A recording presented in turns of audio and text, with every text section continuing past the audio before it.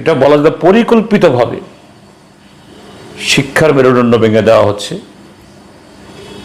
সরকারি বিশ্ববিদ্যালয়, college, school এগুলোর পরিকাঠামো এবং ফ্যাকাল্টি, শিক্ষক শিক্ষিকা দেওয়ার কোনো নাম নেই।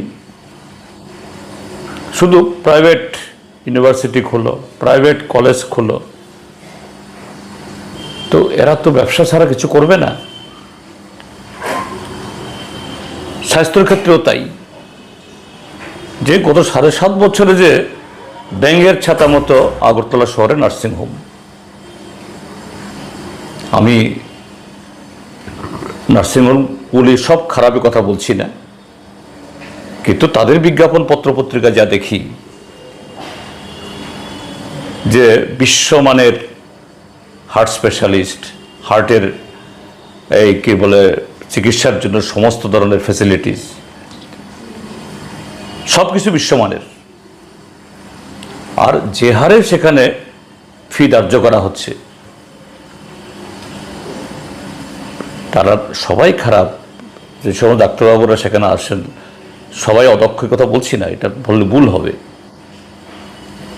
কিন্তু নিশ্চয়ই এরকম একটা বেসরকারি প্রতিষ্ঠান, এটা একটা সরকারের, একটা রাষ্ট্রীয় প্রতিষ্ঠানের বিকল্প হতে পারে না।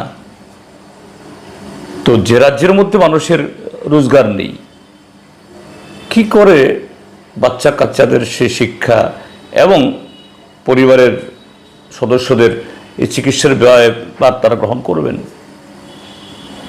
এটাই এই যে অপরাধ প্রবণতা বৃদ্ধি, এই অপরাধ প্রবণতা থেকেই যে খুন, ধর্ষণ, অপহরণ এবং এই জাতীয় একটা মর্মান্তিক ঘটনা ঘটল। মাত্র 9 বছরের বাচ্চা শিশু। একটা সময়েতে আমাদের ট্রাইবেলদের মধ্যে গরিব হলেও এই জাতীয় অপরাধ, ধর্ষণ, অপহরণ এগুলো ছিল না, ট্রাইবেলদের মধ্যে এগুলো শোনা যেত না। এখন আর কোনো বাছ বিচার নেই। এটাই তো সভ্যতার নিয়ম। যদি শৃঙ্খলা না থাকে, এটা কোনো অংশের লোক তার গ্রাস থেকে যে নিজেদেরকে বাঁচাতে পারে না, তাই হচ্ছে। কাজেই আমি সরকারকে বলবো,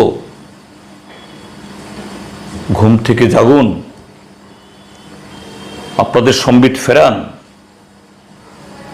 এই সমস্ত যে এই আলতামাখা সৌন্দর্য, এগুলো টিকবে না। আর রাজ্য জনগণকে বলবো, সজাগ হন, সতর্ক হন, ভাবুন এইভাবে কত মায়ের কোল খালি হবে। এইভাবে আমাদের নতুন প্রজন্ম আর কাহা তক আমরা ধ্বংসের দিকে ঠেলে দেব, আর আমরা সাক্ষী গোপালের মতো তাকিয়ে থাকবো, কিছু বলবো না। এটা হতে পারে না। তো এই ঘটনা আর একবার আমাদের রাজ্যের 40 লক্ষ মানুষকে চোখে আঙ্গুল দিয়ে দেখিয়ে দিল যে আপনারা সতর্ক হন, সজাগ হন, উঠে দাঁড়ান।